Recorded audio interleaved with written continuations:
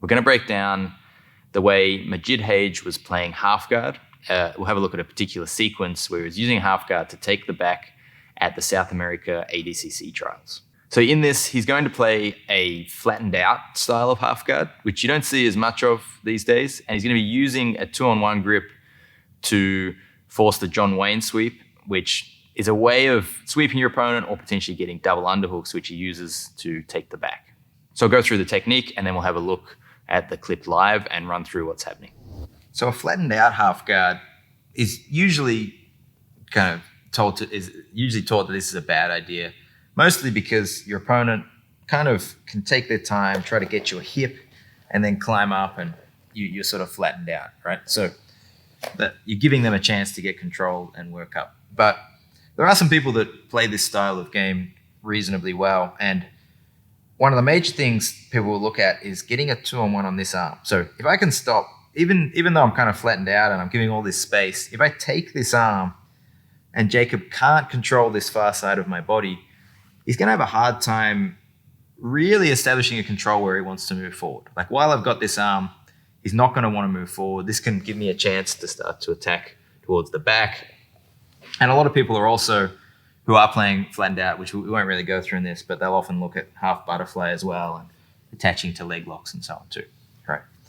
So basically, the first part of this movement, and Magid uses this really well, he's attacking the other arm for a moment, but then he takes this arm and gets a 2-on-1 grip here.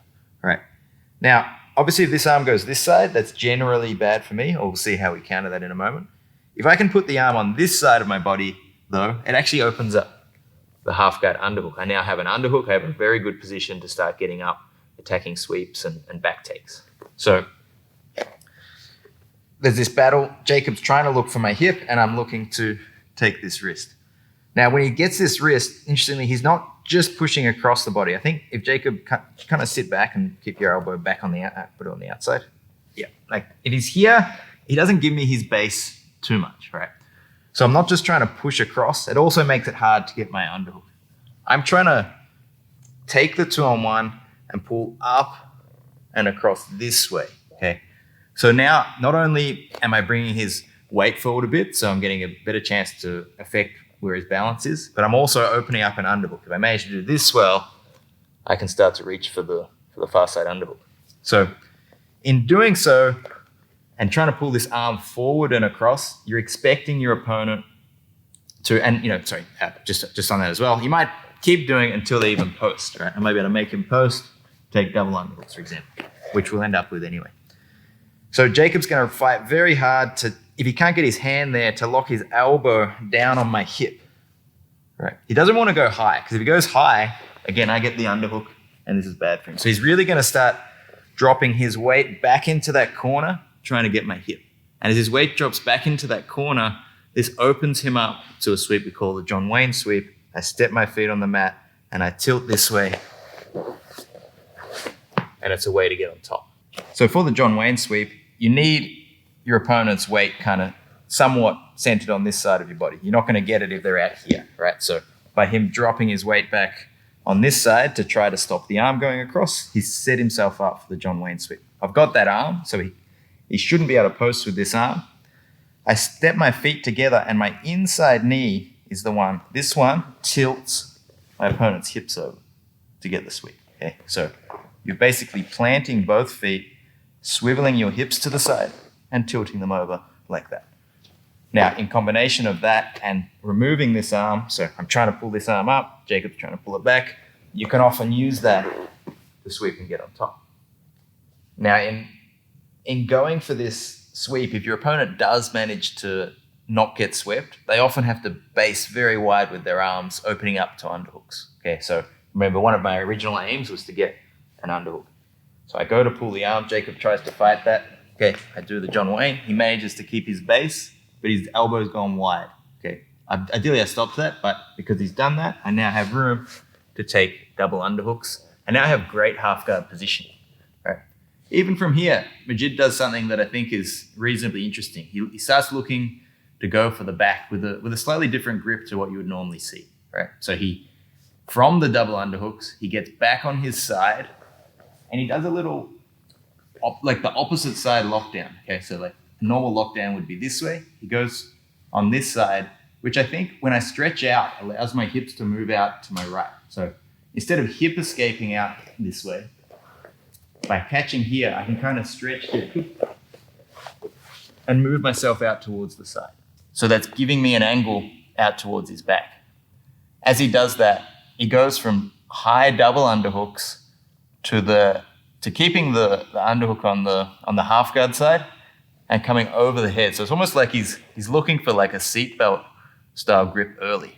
Once he's got that, he keeps moving out the side, steps his leg over the back, and starts to climb up and look to take the back.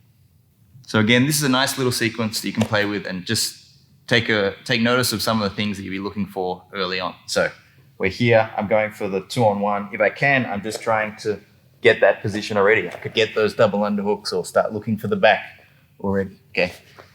As I go for that, Jacob starts bringing his elbow down. I've got a chance to, off balance, get on top with the John Wayne sweep. If he manages to post with the John Wayne sweep, then I take those double underhooks I want, get them nice and high so I'm attached to the upper body, get this opposite side lockdown, turn to get out on the side, and I can start climbing my hands so that my left hand goes above, like I'm getting the seatbelt already, hipping out and starting to climb to take the opponent's back.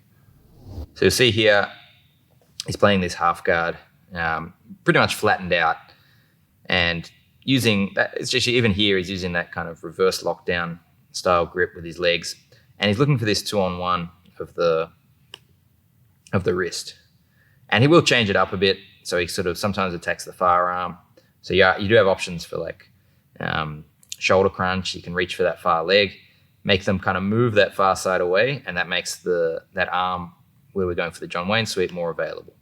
Now here, Magid has managed to get that 2-on-1. Okay, and watch, he's going to start pulling that arm. You see he's got that upward pressure. He's trying to pull it up, so potentially to make him post or potentially to get it across body, both leading to the underhook. And his opponent has to sit his weight back in that corner, trying to get that elbow back. And there's the John Wayne. Okay. Now, the John Wayne didn't tilt. Notice his opponent did a decent counter of moving laterally instead of getting tilted, so that you notice the hips don't tilt, but he has to post to keep his balance, right? And as he posts, Magid is waiting for that double underhooks, and his hands connect here. He gets a body lock, or at least very high underhooks here. You can see he's getting this outside lockdown, and he starts stretching with that, and it gets him out on this side. Starts climbing his leg over the back, and almost loses it, but manages to come back into position again with that near seatbelt grip.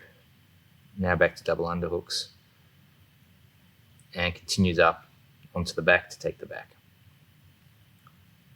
So really nice short sequence, but showing a few different options available when you have that flattened out half guard with the 2-on-1 grip.